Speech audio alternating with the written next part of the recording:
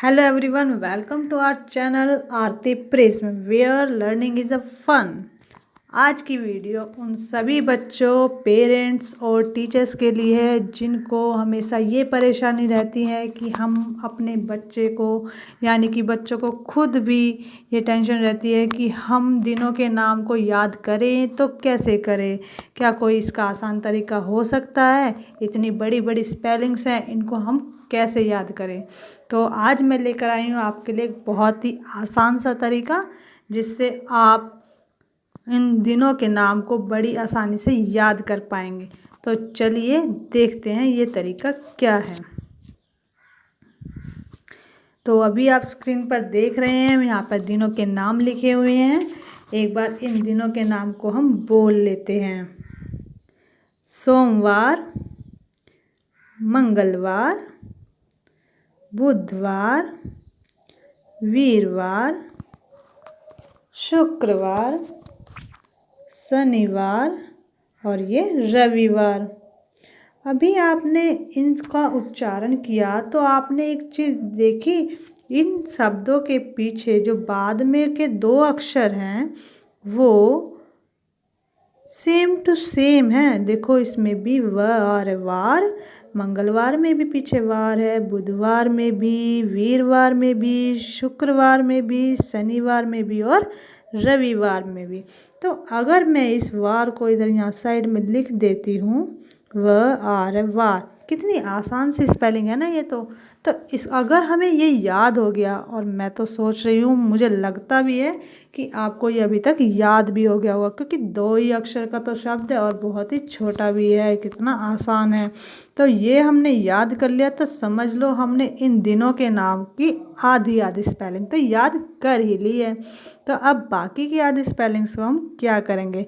अब जैसे हमने इनको अंडरलाइन कर लिया है, वार हमने साइड कर दिया है, तो बाकी का जो बचा है, जो बचे हैं बाकी के शब्द, जैसे इसमें बचा है सोम, इसमें बचा है मंगल, इसमें बचा है बुध, फिर वीर, शुक्र, शनि और रवि। अब हमें इनको लिख लेना है अलग से कुछ इस तरह से। जैसे जो हमने वार अंडरलाइन किया था, सेम टू सेम था, वो मैंने इधर अंडरलाइन छोड़ दिया है, और जो बाकी के शब्द हैं, आगे वाले जो अक्षर थे वो मैंने साइड में लिख लिए हैं। अब आप देखो इधर की जो स्पेलिंग्स हैं वो कितनी बड़ी हैं और इधर की स्पेलिंग कितनी छोटी छोटी सी हैं, है ना। तो क्या हुआ, ये तो एक मैजिक हो गया ना, जादू हो गया। हमने इतनी बड़ी बड़ी स्पेलिंग्स को छोटा कर दिया है। तो अब हम तो छोटी स्पेलिंग को चुटकियों में याद कर लेंगे ना। तो चलो अब इनको बोल लेते हैं एक बार। सोम, मंगल, बुध, वीर, शुक्र, शनि और ये रवि, और इन सब के हम पीछे वार लगाकर लिखेंगे। तो इसी तरह से आपको इंग्लिश में भी याद करना होता है।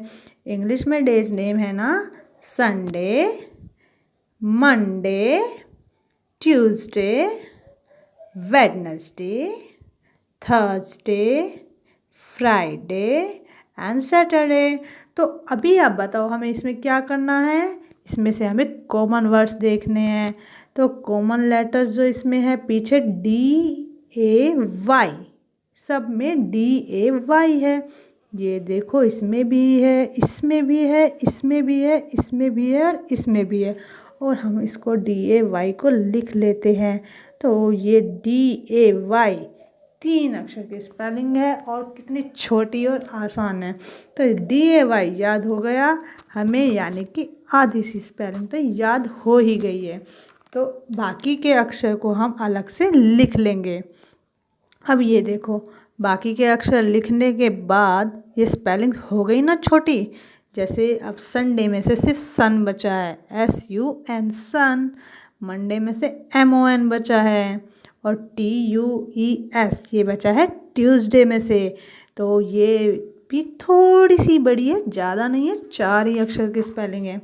अब हाँ, इसको देखते हैं। जो वेडनेसडे है उसमें तो काफ़ी बड़ी स्पेलिंग बची है ना। तो क्या इसको भी हम छोटा कर सकते हैं? बिल्कुल कर सकते हैं। चलो एक बार हम इसको छोटा कर देते हैं। ये देखो WED वेड है ना। ये 3 अक्षर की स्पेलिंग को अलग कर लो और ये 3 अक्षर की स्पेलिंग को अलग कर दो NES, तो ये भी और छोटी हो जाएगी, तब आपको याद करने में आसानी होगी। यानी कि मैं आपको यहाँ पे समझाना चाहती हूँ कि जो भी आप याद कर रहे हैं स्पेलिंग्स को याद करते वक्त आपको वो स्पेलिंग्स बहुत बड़ी लग रही हैं, तो आपको उनको तोड़ तोड़ के छोटा कर देना है। जैसे आप एक पूरी रोटी को साबुत तो नहीं खा सकते ना, आप उनके टुकड़े करके छोटे छोटे टुकड़े करके खाते हो ना, इसी तरह से हमें स्पेलिंग्स भी याद करनी है। उन स्पेलिंग्स के हमें टुकड़े कर देने हैं। हो सकता है आपको किसी और तरीके से भी टुकड़े करना आसान लगे। जैसे अभी तो मैंने 3 अक्षर के टुकड़े किए थे ना यहाँ पे, ऐसे WEDNES।